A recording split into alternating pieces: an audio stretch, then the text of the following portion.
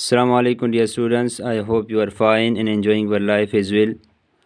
आज हम हाइब्रिडाइजेशन को फाइंड करने के दो ऐसे shortcut amazing and super trick बताएंगे कि डियर स्टूडेंट्स आज ये ट्रिक्स शायद आपको बहुत ही अच्छे लगे होंगे, क्योंकि ये ऐसे ट्रिक है कि अगर लेट सपोज़ आपको एक कंपाउंड मॉलिक्यूल का स्ट्रक्चर पता है तो इसके लिए भी एक ट्रिक फार्मूला मैंने तैयार किया है कि किस तरह इसमें हाइब्रिडाइजेशन फाइंड करें। और अगर आपको इस मॉलिक्यूल कंपाउंड का स्ट्रक्चर पता नहीं है तो फिर किस तरह आपने हाइब्रिडाइजेशन उस कंपाउंड या मॉलिक्यूल में फाइंड करना है। लेट्स सपोज मैं आपको कहूँ कि इसमें हाइब्रिडाइजेशन फाइंड करें। अगर आपको इस मॉलिक्यूल ये सारे जो मॉलिक्यूल आपको देख रहे हैं इस की स्ट्रक्चर पता है तो इजीली उस फार्मूले से फाइंड कर सकते हैं। और दूसरा वो ट्रिक भी है, लेट सपोज इन सारे मॉलिक्यूल या कंपाउंड का स्ट्रक्चर आपको पता नहीं है डियर स्टूडेंट्स, इसको फिर आपने हाइब्रिडाइजेशन इसमें किस तरह फाइंड करना है उसके लिए भी एक अमेजिंग ट्रिक है। तो चलो स्टार्ट करते हैं अपना आज का ट्रिक। आज हम दो ऐसे शॉर्टकट फार्मूले पढ़ेंगे जिसके ज़रिए से हाइब्रिडाइजेशन को इजीली हम फाइंड कर सकेंगे। पहला फार्मूला और शॉर्टकट ट्रिक वो होगा स्ट्रक्चर के लिहाज से। लेट सपोज़ आपको किसी एग्ज़ाम में या आपको ख़ुद पता है कि इस मॉलिक्यूल या कंपाउंड का स्ट्रक्चर इस तरह है तो किस तरह उसको फाइंड कर सकते हैं, इसके लिए एक फार्मूला है। दूसरा वो है अगर लेट सपोज़ आपको स्ट्रक्चर पता नहीं है और स्ट्रक्चर के बग़ैर फाइंड करना चाहते हैं तो इसके लिए भी एक अमेजिंग ट्रिक फार्मूला है। तो पहला फार्मूला हमारे पास डियर स्टूडेंट वो ये है कि z एक नंबर है is equal to number of sigma bond plus number lone pair of central atom. फिर सुने, z is equal to number of sigma bond plus lone pair of central atom. आपने number of sigma bond को plus non pair of central atom को plus करना है, वो आपको z का वैल्यू देगा। अब z क्या है इसको पढ़ लेते हैं डियर स्टूडेंट्स। अगर z आपके पास 2 आ जाए तो ये हाइब्रिडाइजेशन आपके पास क्या होगा, शाबाश sp होगा। अगर z आपके पास 3 आ जाए तो हाइब्रिडाइजेशन आपके पास क्या होगा, sp2 होगा। और z अगर आपके पास 4 आ जाए तो आपके पास हाइब्रिडाइजेशन sp3 होगा। अगर z 5 हो तो हाइब्रिडाइजेशन आपके पास क्या होगा, sp3d2।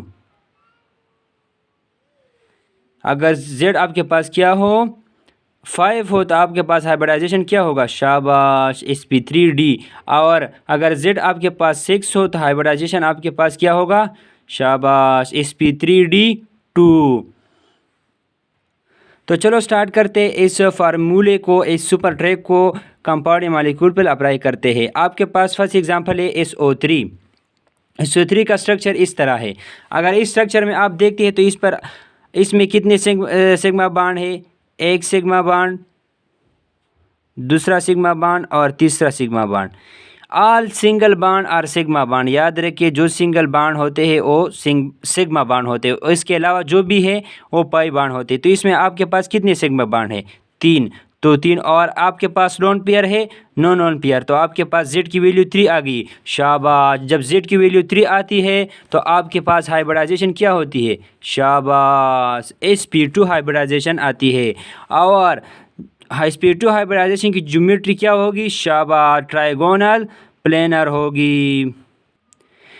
इसके बाद डियर स्टूडेंट्स आपके पास सेकंड एग्जांपल आपके पास क्या है, H2O है। H2O का स्ट्रक्चर आप नॉर्मली इस तरह बनाते हैं। तो याद रखिए इसमें कितने सिग्मा बॉन्ड है, शाबाश एक सिग्मा बॉन्ड, दूसरा सिग्मा बॉन्ड, तो आपके पास 2 sigma bond plus 2 lone pair. और इससे पहले हमने पढ़ा कि सिग्मा बॉन्ड और लोन पेयर को आपने प्लस करना है, आपको ये z की वैल्यू देगा। अगर z की वैल्यू 2 है तो sp, अगर 3 है तो sp2, अगर 4 है तो sp3। तो याद रखिए यहाँ इसमें 2 सिग्मा बॉन्ड है और 2 लोन पेयर है, तो आपके पास 2 + 2 क्या आता है, z की वैल्यू 4 आ जाती है। और 4 की वैल्यू z की वैल्यू जब 4 आ जाती है तो आपके पास हाइब्रिडाइजेशन शाबाश sp3 आ जाती है। तो और इसकी ज्योमेट्री क्या होगी, शाबाश टेट्राहेड्रल होगी। इसके बाद सेकंड एग्जांपल हमारे पास क्या है, NH3। NH3 का स्ट्रक्चर इस तरह है। तो इसमें नॉर्मली कितने हैं, 3 सिग्मा बॉन्ड है, 3 सिग्मा बॉन्ड है और 1 लोन पेयर है। 3 + 1 = 4। जेड की वैल्यू 4। आपके पास हाइब्रिडाइजेशन फिर आपके पास क्या आ गई, sp3 आ गई। ज्योमेट्री भी टेट्राहेड्रल होगी। इसके बाद एग्जांपल नंबर 4 करते SO3 - 2। इसकी आपके पास स्ट्रक्चर इस तरह है। तो अगर आप इसको देखते हो तो इसमें कितने सिग्मा बॉन्ड है, तो 1 सिग्मा बॉन्ड, दूसरा और तीसरा और चौथा, और लोन पेयर इसमें नहीं है। तो 4 सिग्मा बॉन्ड हो गए। तो जेड की वैल्यू आपके पास क्या होगी, S3 होगी। तो जेड की वैल्यू 4 होगी, सॉरी। तो आपके पास हाइब्रिडाइजेशन क्या होगी, sp3 होगी। शाबाश हो। और ज्योमेट्री वही टेट्राहेड्रल होगी। इसके बाद एग्जांपल नंबर 5 करते PCl5। PCl5 का स्ट्रक्चर इस तरह है। अब अगर आप इसको देखते हो इसमें आल सिंगल बॉन्ड है। तो आल सिंगल बॉन्ड को आप शाबाश क्या कहते हैं, वेरी गुड, सिग्मा बॉन्ड कहते। तो इसमें सिग्मा बॉन्ड कितने हैं, 1 2 3 4 5। तो आपके पास जेड की वैल्यू क्या आ गई, 5 आ गई है। तो आपके पास sp3d हाइब्रिडाइजेशन होगी। इससे पहले हमने पढ़ा अगर हाइब्रिडाइजेशन आपके अगर जेड की वैल्यू आपके पास 2 आती है तो sp, अगर जेड की वैल्यू 3 तो sp2, अगर जेड की वैल्यू 4 आती तो sp3, अगर जेड की वैल्यू 5 आ जाती है तो sp3d, अगर जेड की वैल्यू 6 आ जाती है तो आपके पास हाइब्रिडाइजेशन क्या होगा, sp3d2 होगा। तो आपके पास जेड की वैल्यू 5 आ गई तो इसमें हाइब्रिडाइजेशन क्या होगा, शाबाश, sp3d होगा। और इसकी ज्योमेट्री क्या होगी, ट्राइगोनल बाइपिरामिडल, ट्राइगोनल बाइपिरामिडल, शाबाश, इसकी ज्योमेट्री यही होगी। इसके बाद एग्जांपल नंबर 6 करते NO3 - 1। इसकी स्ट्रक्चर इस तरह है। तो याद रखें इसमें कितने सिग्मा बॉन्ड है, 1 2 3, और लोन पेयर नहीं है। तो जेड की वैल्यू आपके पास क्या आ गई, 3 आ गई। और 3 के रिजल्ट में आपके पास sp2 हाइब्रिडाइजेशन होता है और ज्योमेट्री आपके पास ट्राइगोनल प्लेनर होती है, शाबाश। इसके बाद एग्जांपल नंबर 7 पढ़ लेते H2S। H2S की स्ट्रक्चर आपके पास नॉर्मल इस तरह आती है। तो ये 2 हाइड्रोजन एटम अटैच और 2 लोन पेयर सल्फर के साथ। तो 2 sigma bond + 2 lone pair = 4। Z की वैल्यू 4, हाइब्रिडाइजेशन sp3।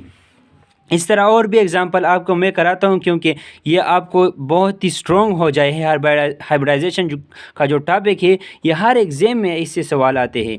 तो उन्हें आपने ज़रूर समझना है। एग्जांपल नंबर 8 ये है SF4। SF4 का स्ट्रक्चर आपके पास ये इस तरह होता है। आपके पास 4 फ्लोरीन एटम सल्फर के साथ अटैच होते हैं और वो 1 लोन पेयर होता है। तो 4 ये हो गया, 1 + 1 लोन पेयर। तो आपके पास जेड की वैल्यू क्या आ गई, 5 आ गई। और 5 के नतीजे में आपके पास हाइब्रिडाइजेशन क्या होती, शाबाश, sp3d होती है। इसके अलावा एग्जांपल नंबर 9 ये है कि H ये स्ट्रेट चेन कंपाउंड है। H C double bond, C single bond, C इस तरह कंपाउंड है। तो याद रहे कि इसमें इस कार्बन की कितने हाइब्रिडाइजेशन होगी, इसकी। तो इसको हम इस फार्मूले के ज़रिए से कर सकते हैं। तो याद रहे कि इसमें कितने सिग्मा बॉन्ड है, 1 2 और 3। 3 के मुकाबले में sp2 आता है। फिर इस कार्बन की बात करते हैं तो इसमें कितने सिग्मा बॉन्ड है, 1 2 और 3। लोन पेयर है नहीं है तो sp2 आ गई। इसके बाद इस कार्बन की बात करते हैं तो इसमें 1 sigma bond, second sigma bond. तो इसमें 2 सिग्मा बॉन्ड है, हाइब्रिडाइजेशन आपके पास sp होगी। इसके अलावा इस कार्बन की बात अगर करें तो इसमें 1 सिग्मा बॉन्ड, तो हाइब्रिडाइजेशन sp, क्योंकि लोन पेयर है नहीं, सही है, लोन पेयर नहीं है तो इसको काउंट नहीं करना है। इस कार्बन की बात करते हैं इसमें 1 सिग्मा बॉन्ड, तो 2, जेड की वैल्यू आपके पास 2 आ गई तो sp2 आ गया, हाइब्रिडाइजेशन होगी। इसके अलावा इस कार्बन की बात करते हो तो 1 सिग्मा बॉन्ड, सेकंड, थर्ड। तो इसमें आपके पास जेड सिग्मा बॉन्ड कितने, 3 है, लोन पेयर नहीं है तो जेड की वैल्यू आपके पास 3 आ गई। इस पर हाइब्रिडाइजेशन क्या होगा, शाबाश, sp2 हाइब्रिडाइजेशन होगी। एंड द लास्ट एग्जांपल जो मैं आज की वीडियो में करूँगा वो ये है कि अगर इस तरह कंपाउंड आपको गिवन हो तो इसमें हाइब्रिडाइजेशन किस तरह फाइंड करते हैं। तो अगर इस कार्बन की बात करें तो इसमें कितने सिग्मा बॉन्ड है, 1 2 3 4। तो 4 के मुकाबले में प्लस लोन पेयर जब ना हो तो Z की वैल्यू 4 आ जाती है। तो याद रखिए इसकी sp3 हाइब्रिडाइजेशन होगी। इस कार्बन की बात करते हैं तो इस कार्बन के साथ कितने सिग्मा बॉन्ड है, 1 2 और 3। तो इस हाइब्रिडाइजेशन क्या होगी, 3 होगी क्योंकि लोन पेयर नहीं है। इस कार्बन की बात करते हैं तो इस कार्बन में कितने सिग्मा बॉन्ड है, 1 2 3, लोन पेयर नहीं है। Z की वैल्यू आपके पास क्या आ जाती है, 3 आ जाती है और रिजल्ट में क्या होगा, sp2 हाइब्रिडाइजेशन होगा, सॉरी।